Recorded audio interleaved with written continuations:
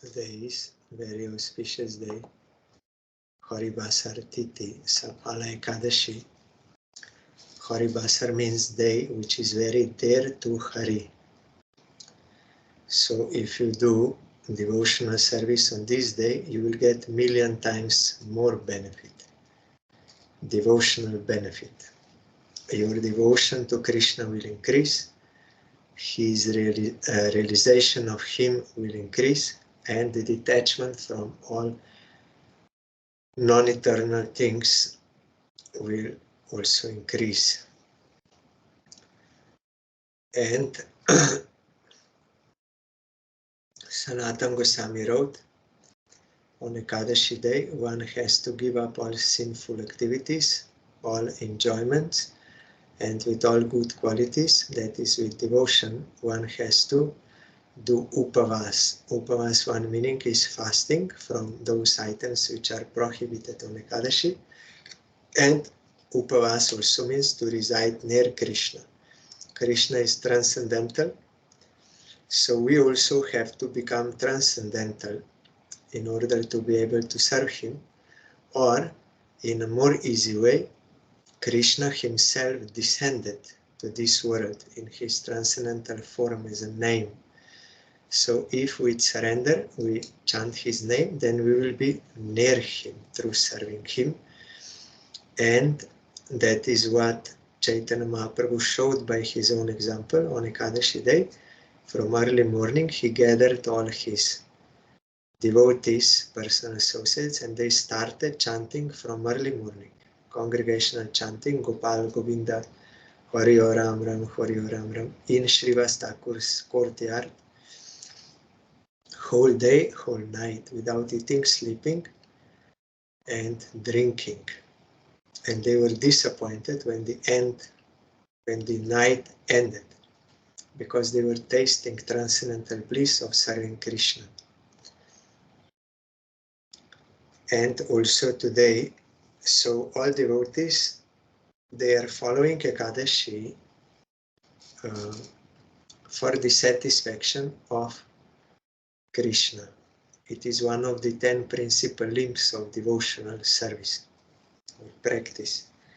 And also today is Disappearance Day of Devananda Pandit, one of the personal associates of Chaitanya Mahaprabhu.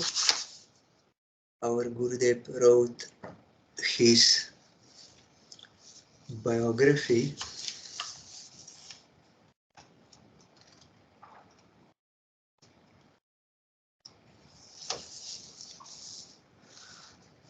Purananam Artaveta Sri Devananda Pandita Purasinanda Parishat Pandito Bhagurir Muni. The scholar Devananda Pandit knew the meaning of all the Puranas. Previously he was Bhaguri Muni, the scholar in Nanda Maharaja's court in Krishna Lila. Scholar, and he was reciting Puranas and explaining. There are 18 Puranas, main. Then there are sub-Puranas, also Upa-Puranas. Sarvam Bhattacharya's father was named Maheshwar Visharada. Mahaprabhu visited his house, which was seated on an embankment. Devananda Pandit, a peaceful Brahmana who desired liberation, made his home nearby. This is from Chaitanya Bhagavat. The Lord delivered Devananda Pandit in the town of Kulia. It's from Chaitanya Charitamrita. According to Srila Bhakti Siddhanta Saraswati Prabhupada, Kulia was a suburb of Navadip situated on the west bank of the Ganges. In that time, the central part of the town of Navadip, also known as Mayapur, was situated on the eastern bank of the river.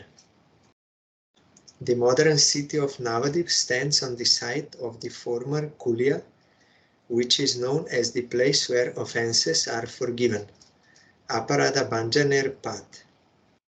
Proof of this is found in the old names of many neighborhoods such as Kolerganj, Kolerdaha and Gadgadi Kol. This is from Prabhupada's commentary on Chaitanya Bhagavat. Srila Bhaktivinoda Thakur, his personal associate of Mahaprabhu.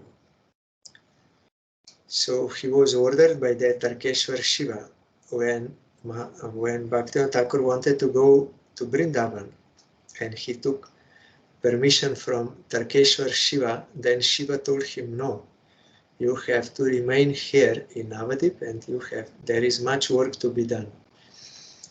So Bhaktivinoda Thakur stayed there, and from rooftop, or from this kulia, in one dharamshala he was, from rooftop he saw on the other side of the Ganges, there was nothing there at that time. Because in between, Ganga flooded, everything was gone. So Bhaktivinoda Thakur saw some light there. And his son also, one son, he also saw it. Then Bhaktivinoda Thakur started researching all old maps and all old writings and everything. And he came to the conclusion that there is Mayapur, birthplace of Chaitanya Mahaprabhu. And also Muslims there, there was one hill, little hill, and Tulsi was grown there. Then Bhaktivinoda Thakur asked them, you are Muslims, why you are growing Tulsi? Then they said, we are not growing Tulsi. Whatever we put inside, either potato or tomato or anything, what we put inside, only Tulsi comes out. We don't know why. Miraculously. So then Bhaktivinoda Thakur knows, and also he called Jagannath Das Babaji Maharaj, he is Siddha Baba. Everyone accepts that he is realized soul, perfected soul. And Jagannath Das Babaji came there, also he confirmed by his spiritual vision, he saw Mahaprabhu dancing there with his associate. He himself started dancing, and also he revealed this is the birthplace of Mahaprabhu, and there in Srivasangan also he revealed. That was revealed. Still now there are some in this Kulia, Navadip city, they cannot accept this. Because before they thought there is one birthplace of Mahaprabhu there, and also Srivasangan, and that was already established, and money is coming, donation is coming. So why we will change? So still now there are some who don't accept this birthplace. It is very astonishing, but it is there because of some other desires and not recognizing the spiritual vision of realized souls. Each of the 9 islands of Navadip Dham represents one of the 9 types of devotional service. Koladvip is the island of service to the Lord's lotus feet, Pada Sevan. The word Kola has been distorted in the popular speech as Kulia. The word Kol also means a boar, Varaha. The Lord revealed his Varaha form to Vasudeva Vipra in Satya Yuga. That we read in Navadipda Mahatmya during Parikrama. Just look, this is Visharada's embankment. Here the Lord met Devananda Pandit. He chastised him for the offense he had committed to Srivas Pandit, which caused him to repent. This from Bhakti Ratnakar.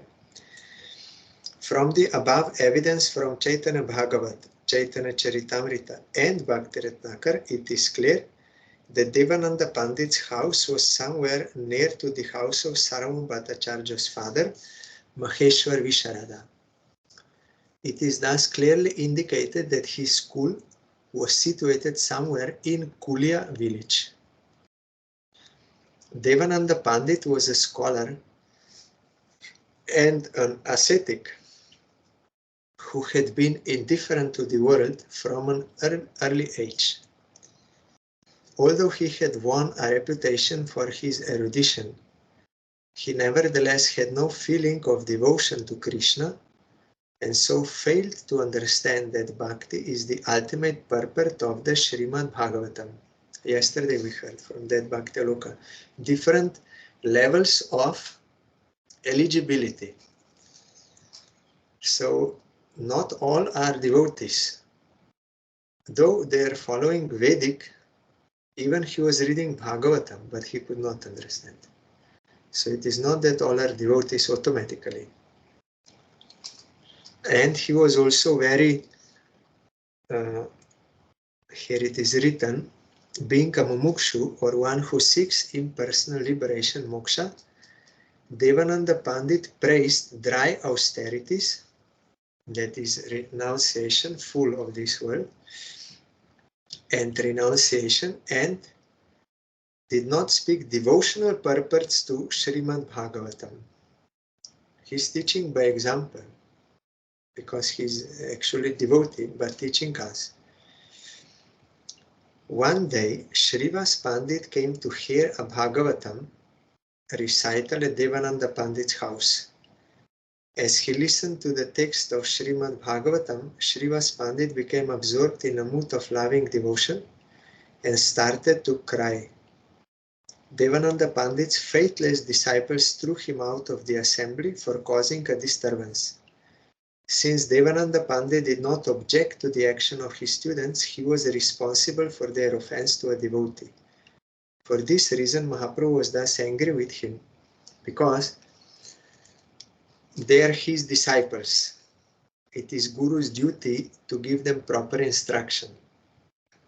If they do something wrong and Guru does not correct them, then that sinful act will come to Guru. But if Guru gives proper instruction, still disciples, they will do something wrong, then Guru will not suffer for that. It is stated in Shastra that sins of citizens will affect the king. Sins of wife will affect the husband. Sins of disciples will affect Guru, because they all took shelter. So that is transferred. But king, if he does his duty properly, then that will be destroyed. He will not suffer. Also husband, also Guru. But if king does something wrong and does not give proper instruction, or husband or Guru, then they will have to take that. Here this happened. Devananda Pandit was guilty of this offense. The Lord said, whoever recites Srimad Bhagavatam without glorifying devotional service is an ignorant fool who knows nothing. This rascal recites Srimad Bhagavatam and never mentions Bhakti. I will go and tear up his manuscript. Just watch me. Chaitanya Bhagavat. Srila Bhakti Siddhanta Saraswati Goswami Thakur comments on this verse as follows. When those bereft of devotion forget their actual identity, that we are eternal servant of Krishna, they become completely indifferent to the service of the Lord. When they identify this indifference as the ultimate goal of life, they become a source of great displeasure to the Lord, even though he is by nature supremely merciful. Here, Lord Gaurasundar shows his dissatisfaction and informs us that this attitude of the non-devotee is not only unnecessary but reprehensible. He also indicates that both the acts of enjoying and renouncing the fruits of material actions are improper. Both is improper. We have to offer for the service of Krishna. The devotees find great satisfaction in seeing the Lord become angry in this way. Like one wife was serving husband, but always demanding, give me jewelry, give me this, give me all of this. Then husband said, I will give you, you serve from the heart, not with these desires. Then she became angry and she committed suicide. So now, wife cannot get any benefit, husband also cannot get any benefit. This is this impersonal liberation. Karmis, they at least they do some service, though with selfish motive, but still some service, like wife, still doing some service, but with some selfish motives. But if when committing suicide or merging into impersonal Brahman, then all are losers. So this indifference to the service is not proper for jivas. Sometime after Devananda Pandit committed this offense to Srivas Pandit, Mahaprabhu passed near his house and saw that he was engaged in giving a discourse on Srimad Bhagavatam. He became angry and rebuked him severely for his lack of faith in the Vaishnavas. Just as blasphemy of the devotees makes one deprived of the Lord's mercy and destined for downfall, glorifying them and engaging in their service is the best way to find the mercy of the Lord and become freed from all sinful and offensive activity. Some misunderstand when they read that in Krishna worship there are offenses to be considered, but in Gaur Nityananda worship no offenses are counted. That is not true. The meaning of that statement in Shastra is that if one is offender, Krishna will not rescue him. He will rescue only the sinners, not offenders. But Gaur Nityananda, they are so merciful that they are ready to rescue offenders also. It is not that there is no consideration of any offenses in Gaur Nityananda worship. Then why Mahaprabhu told to Madhai that he has to beg forgiveness from Nityananda Prabhu? Why here Mahaprabhu is angry with him? He committed offense to Srivas. Also Mahaprabhu was angry to Gopal Chapal. He also committed offense to Srivas. Then others also there, they committed offense to Haridas Thakur, like this. So it means, there are other examples now I cannot remember, that Ramachandra Khan, he committed offense to Haridas Thakur. So it is not that offenses are not there. Also Mahaprabhu himself did not want to give prema to Sachimata. He said she committed offense to Advaita Acharya. Did not want to give. So it is not that you can do whatever you like, because anyhow Gaur Nityananda, they don't accept any offense. No, that is not true. But by the grace of Gaur Nityananda, we can become rescued. Though we are offenders, we can become rescued of those offenses and come to the platform of pure worship. Rupa Goswami wrote about Seva Paradas, Vaishnava Paradas. In Hari Bhakti Vilas also Sanatana Goswami, Vaishnava Parat, Nama Parat, all. So these pleasing actions are there, but by the grace of Gaur Nityananda we can be rescued. Our Parangurudev explained, just as there is that offense, if someone will think, let me do sinful activities, because later on I will just chant Maha Mantra and all sins will be destroyed. So if with this mentality he takes the name, that will be Nama Parat. If someone, due to past so much bad impressions, unwillingly, and he's trying not to, like commit some offense, then with sincerity and repentance, Harina will forgive him. But if someone with intention, knowingly, does sinful activities with thinking, later I will chant Harinam and everything will be destroyed. This is Nama Parat.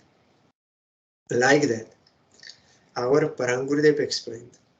It is not that we will criticize Guru, Vaishnavas and thinking, because later I will just chant Panchatattva mantra, Gaur Nityananda, Nitai Gaurango, Nitai Gaurango, all offenses will go away. That is offense. It's wrong mentality. Gaur Nityananda, they are ready to rescue us from offenses, not to support our offenses. Rescue those who are sincere, they are regretful. Here we will see this point. There was one Brahmin there in Devananda Pandit's house when Mahaprabhu was there. Then that Brahmin said, I committed offenses to Vaishnavas. I'm sorry, so what I can do? Then Mahaprabhu said, listen Brahmana, if you want to be cured after consuming poison, you must ingest ambrosia through the very same mouth that took the poison. In this way, not only will the poison be digested, but your body will become immortal through the ambrosia's divine power. Chaitanya Bhagavat. Here it is not mentioned, it is in that another place. Mahaprabhu further told him, like that, first of all you have to stop this activity of offending Vaishnavas. Then you have to sing their glories. Then this will cure you. So if Mahaprabhu does not consider any offenses, then why Mahaprabhu told him, you have to stop committing offenses first. Then sing the glories. So some misconceptions going on. You can do whatever you like, no problem. Gaur Nityananda, they're so merciful. It's not like that. Through great good fortune, Mahaprabhu's dear associate Bhakrishar Pandit came to stay at Devananda Pandit's house. Because Devananda took excellent care of Bhakrishar Pandit, Mahaprabhu softened towards him. Previously, Devananda Pandit had been completely lacking faith in the Lord, but when he heard of Mahaprabhu's glories from Bhakrishar Pandit, his attitude changed. Through the association of the Lord's devotee, he began to develop a taste for pure devotional service. That is always the case. Shuddha Bhakata Charanarenu Bhajana Anukul. Bhakata Seva Paramasiddhi Premalati Karamul.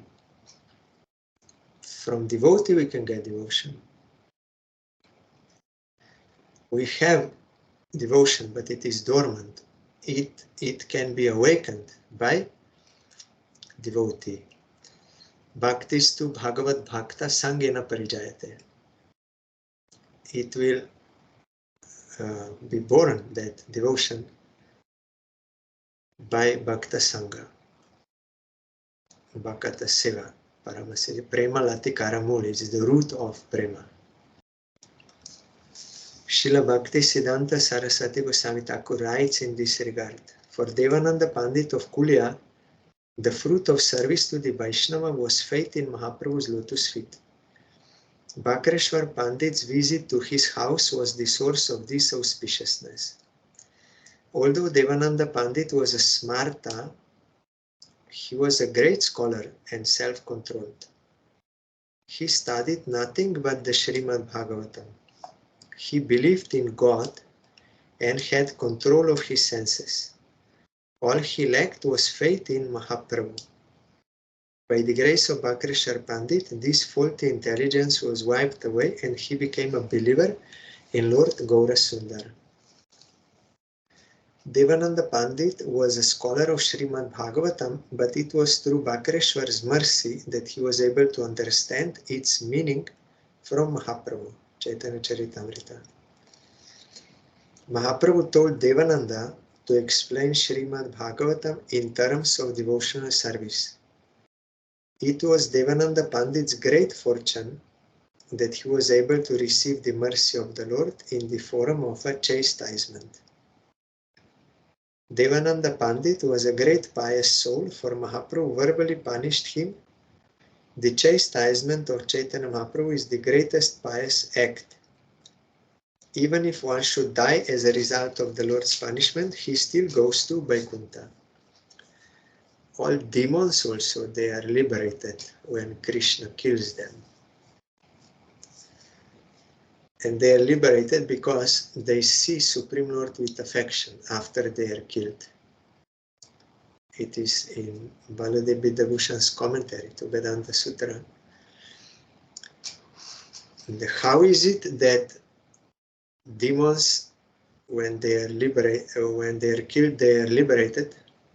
He explained in detail. Because when Krishna, by his Sudarshan Chakra, kills their gross and subtle body, then only soul remains. And in that soul they feel the mercy of Krishna and they see him with affection. Because of that affection for Krishna, because of that they get liberation. Otherwise, so many scriptural problems will come, because it is stated in scripture only by affection to Krishna one can be liberated. So here also, this is the mercy when Krishna punishes, or Guru also. It's from Chaitanya Mahaprabhu. Devananda Pandit received this mercy due to living in Kulia or Koladvip, the place where offenses are forgiven. Gopal Chapal was also forgiven his offenses in Kulia. Devananda Pandit's disappearance day is celebrated on the Krishna Ekadashi of the month of Paush. So today is his disappearance day. I bow down to his lotus feet and pray for his causeless mercy. He showed by his own example that offense to Vaishnava is not good, service to Vaishnava is good. Then you can get ultimate goal of life. I also once went alone with this knowledge. I thought, let me go, I will go to Koladvip, because their offenses are forgiven. So I went to visit Srila Sridhar Maharaj's mat. There I bowed down to Srila Sridhar Maharaj and also his successor Govinda Maharaj. And one rickshaw driver, he was very impatient and like this, but anyhow, he took me. Then after that, I took darshan of Srila Bhakti Prakash Goswami Maharaj's Samadhi. This was all for the first time, that time when I went visiting this Samadhi. I was there in Koladvip before, but so when he was driving me from Srila Narayan Goswami Maharaj's towards Devananda Gauriya Mat of Bhakti Prakash Goswami Maharaj, and further also Jagannath Das Babaji Maharaj Samadhi I wanted to visit. So while driving, he said to me, you see this Govinda Maharaj, he was so big, but now he's finished. In this way he said. I did not like how he said. Like, he was very big, but now died, so what is the use? I did not like, but I did not argue with him because he's Dhambasi. But inside my heart, I said to myself, he did not die, he went to Golok Vrindavan. That is Vaishnavas, they go. Then and he was very impatient, but then we came to Jagannath Das Babaji Maharaj Samadhi Mandir. Then I was doing parikrama of Jagannath Das Babaji, and maybe in second round or something descended on me. Suddenly I became very peaceful and chanting became automatic. Mahamantra chanting, and with proper pace, not too fast, not too slow, with proper pace, and I was fully peaceful, and I got that message from Krishna. Means he let me know that he is satisfied with me because I have faith in Vaishnavas. That is why I visited all these samadhis of Vaishnavas, and I can believe that their glory is eternal. Otherwise, I would not visit those samadhis, and also I would not have that thought that he did not die. He went to Goloka. That is his glory. It is not that all glory is finished now. He died, so all glory. No, their eternal glory is there, and the glory of their sadhaka forums in this world is also glorious. So Krishna let me know that he is satisfied with me. That is why, by the grace of Vaishnavas, because I am worshipping, having faith, automatically Harinam is coming, chanting. And very nicely it was coming, and automatically. And very pleasant, and everything was changed. Then when with that mood, I came back to that rickshaw, he also started to smile, and he was very peaceful and started to smile and everything. Then he also very peacefully drove then to that ghat, and before he was demanding more money and this, always arguing and impatient like this, but then he was very peaceful and also not driving very like this, very impatient. And then I gave him some more money, little more, but he did not argue. So that experience I got by the grace of Guru Vaishnava Bhagavan, because with this intention I went to Kulya, to be freed from offenses. And Krishna showed me, like here it was shown, if you serve devotee, if you sing the glory of devotee, then this will remove all offenses, and also you will get devotion, and Krishna will be pleased. Here the Devananda Pandit showed that what is when you offend Vaishnava and what is when you serve Vaishnava. So this teaching I also got there by the grace of Koladip and Mahaprabhu. It was in 2011.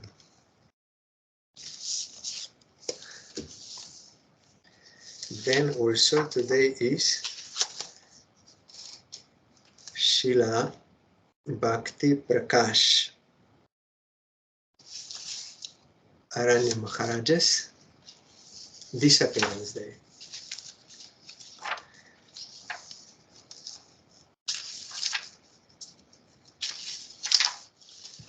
I am reading from Srila Bodhayan Maharaj's book. One of Srila Prabhupada's spiritual descendants is Srila Bhakti Prakash Aranya Goswami Maharaj.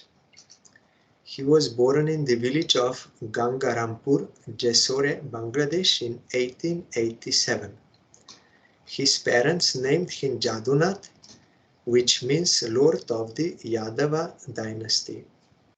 Since his childhood, he had spontaneous attachment for Radha Krishna services. Due to family tradition and pressure, he married, but by the Lord's desire, he had no children. Whether we will get children or not, that depends on the will of Krishna. You may give effort, but depends on his will. Although it is for all same.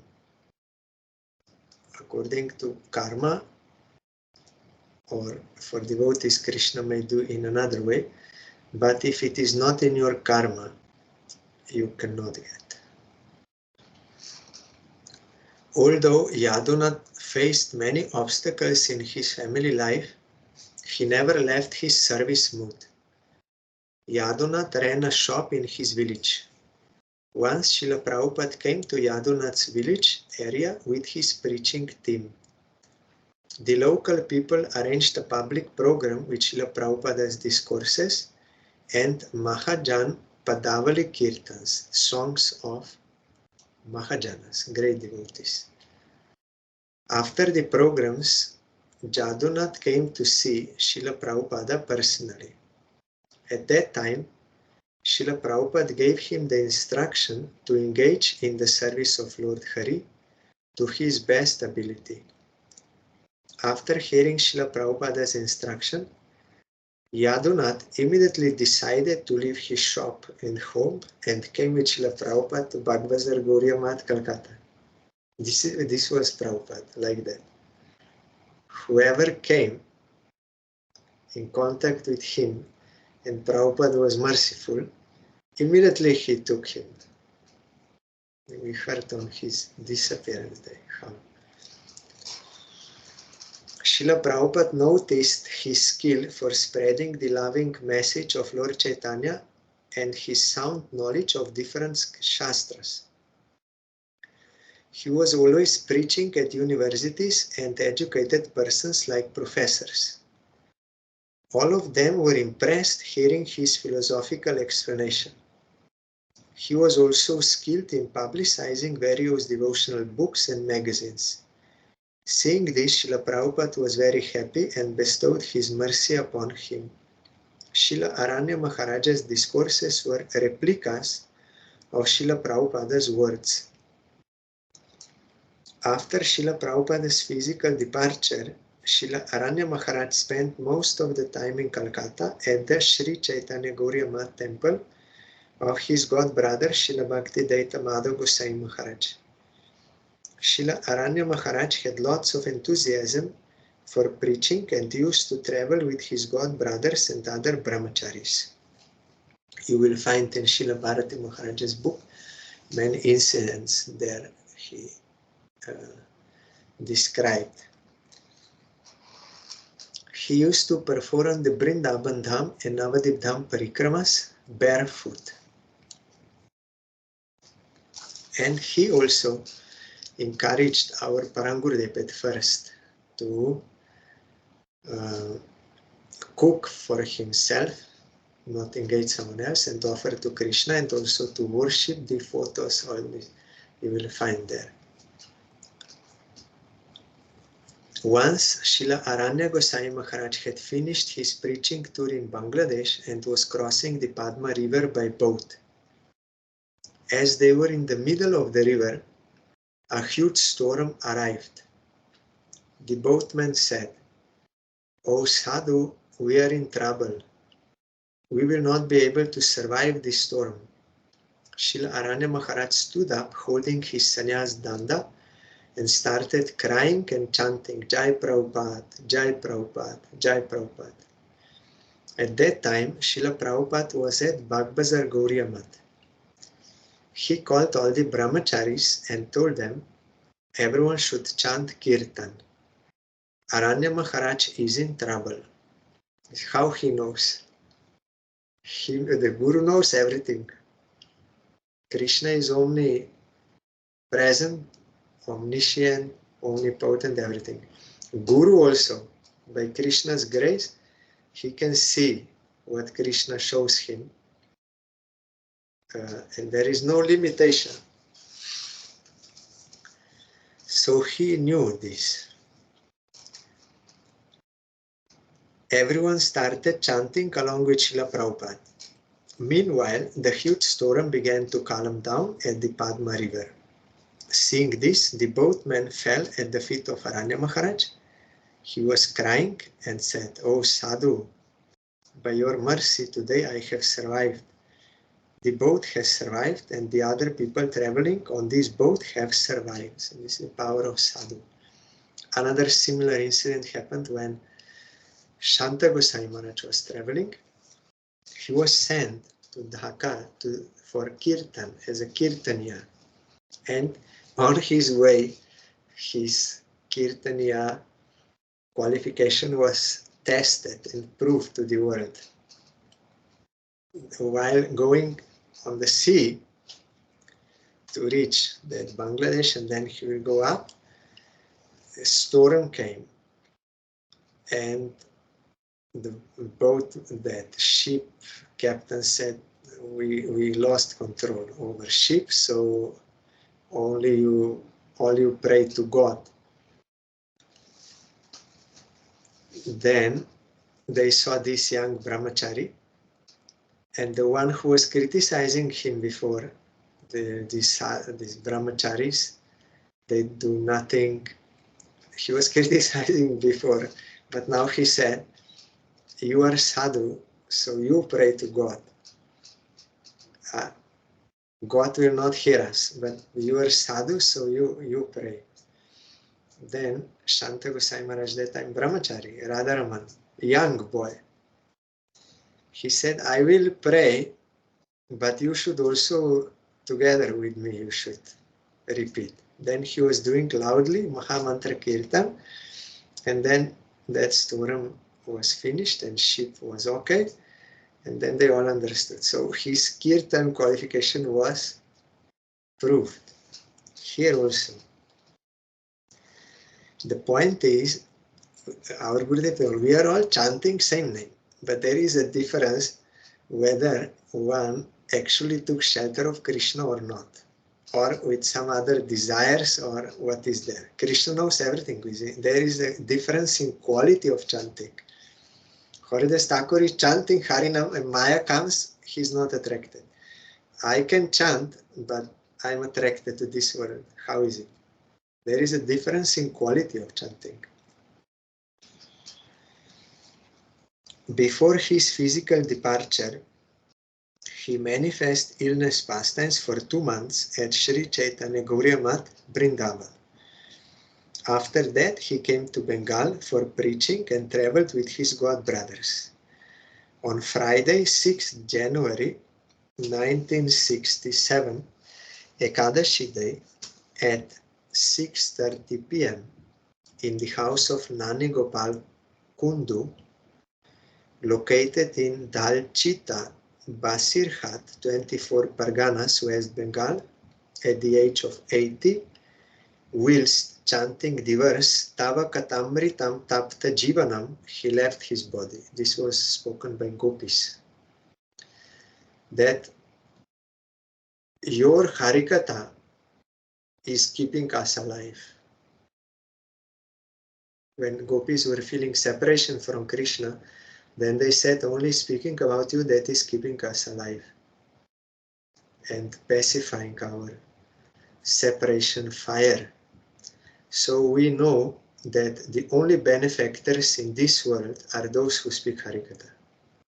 No any other benefactor, donor is not there. Only those who speak Harikatha. So he was surrounded by God brothers and disciples. Maharaja's exemplary preaching enthusiasm, austerity, adjustment with all devotees, including his god brothers, disciples and householders, and his attentive listening to his Gurudeva's discourses, which he later repeated as it is, are our inspiration for following in the footsteps of Sri Guru and Vaishnavas. If anyone reads his life history, he will definitely get pure devotion by following in the footsteps of the spiritual master and the Vaishnavas, which is the main goal of spiritual practice. Also, Srila Bhakti Pramod Puri Gosai Maharaj wrote in Chaitanya Vani,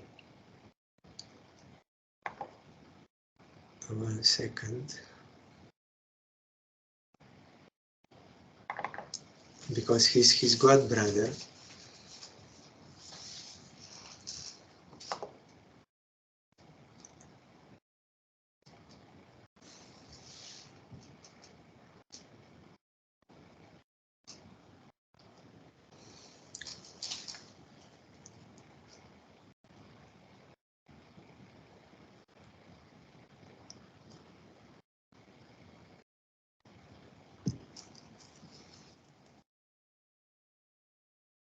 Bhakti Pramod Puri Goswami wrote,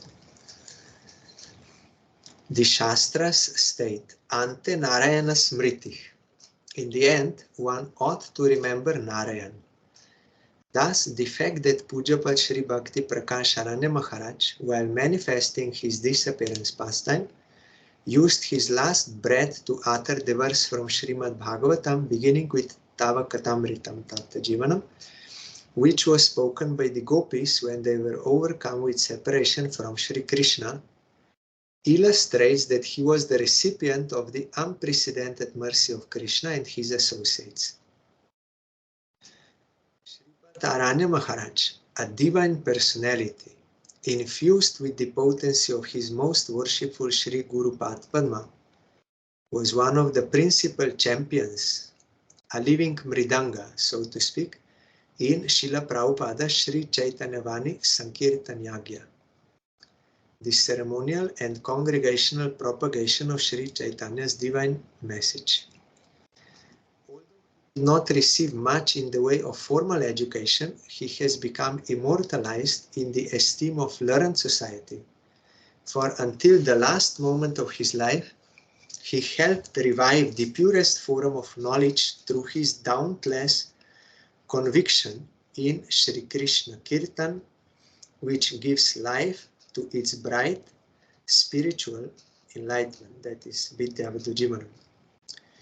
Even highly educated and authoritative graduates, teachers, and administrators were mesmerized by his unprecedented and specialized explanations of pure devotion, which is devoid of all pursuits of erudition and fruitive action. As a result of hearing his Bhagavad Katha, many persons, whether rich, aristocratic, noble, and highly intellectual, or ordinary, destitute, and uneducated, attained the rare fortune of taking shelter of Srila Prabhupada's most worshipful lotus feet. He was also a recipient of Srila Prabhupada's supreme grace for his tremendous assistance in collecting funds on behalf of Srila Prabhupada for accentuating the magnificence of Sri Dham, the maintenance of mats and temples, and facilitating the printing of many books and magazines. You can find in Bharati Maharaj up how he used his collection techniques. Mercy. His Harikatha, which teamed with the terminology used by Srila Prabhupada, stunned and delighted those who had taken shelter of pure devotion. He was a fearless and impartial speaker when it came to refuting non-devotional notions and establishing the conclusive truths of pure bhakti. Verily, he was a blazing, deadly sun to all darkness that attempted to obscure the true conception of Shuddha Bhakti. It's automatically happening, like sun automatically dispels darkness. Pure devotee, when he speaks devotional scriptural siddhanta, then all other speculation, sentimentalism, all that is automatically refuted without any separate effort. Additionally, he astonished all by his unparalleled powers of memory, which he gloriously retained right up to his final moments. Puri Gosai Maharaj was telling same thing, how he met Prabhupada in his own village and he surrendered to him. Pujapat Maharaj displayed genuine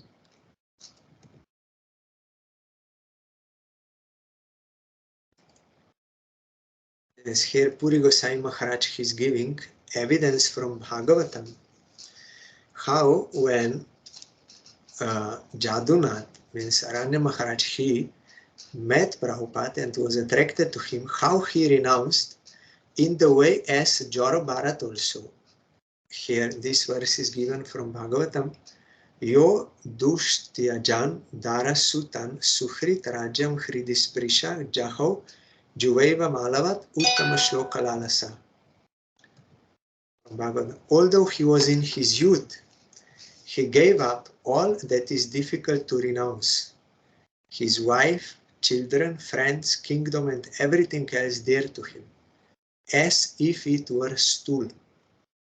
For he longed to perform bhajan of Sri Bhagavan, who is glorified by the choicest of hymns. Our actual eternal relation is with Krishna.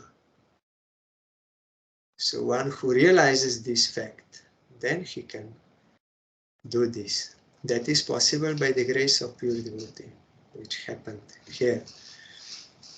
Pujapat Maharaj displayed genuine camaraderie and constant goodwill toward not only Srila Prabhupada's disciples and grand disciples, but also those who found Srila Prabhupada's teaching and conduct to be favorable. Today, having lost such a bosom friend and an ideal Vaishnava, we are all deeply afflicted. Our prayer is that while he is forever absorbed in the service of his eternally cherished Sri Guru Padma, he may bless us to attain the unique services for which we yearn. So today is Srila Bhakti Prakash Goswami Maharaj's disappearance day. I'm bowing down to his lotus feet and praying for his causeless mercy, for pure devotion to Krishna and his devotees. Tomorrow also, two Prabhupada's disciples will hear about them. This is very pleasing to Krishna. That is why Jagannath Das Babaji Maharaj ordered Prabhupada, you have to make calendar where all the Vaishnava's appearance and disappearance will be mentioned, and Supreme Lord appearance and these special days Ekadashi. These days are very potent, and we have to take this opportunity to pray for their grace. Then, as we heard here from Mahaprabhu, then our offenses may be removed, and Krishna will become satisfied by our service of Vaishnavas.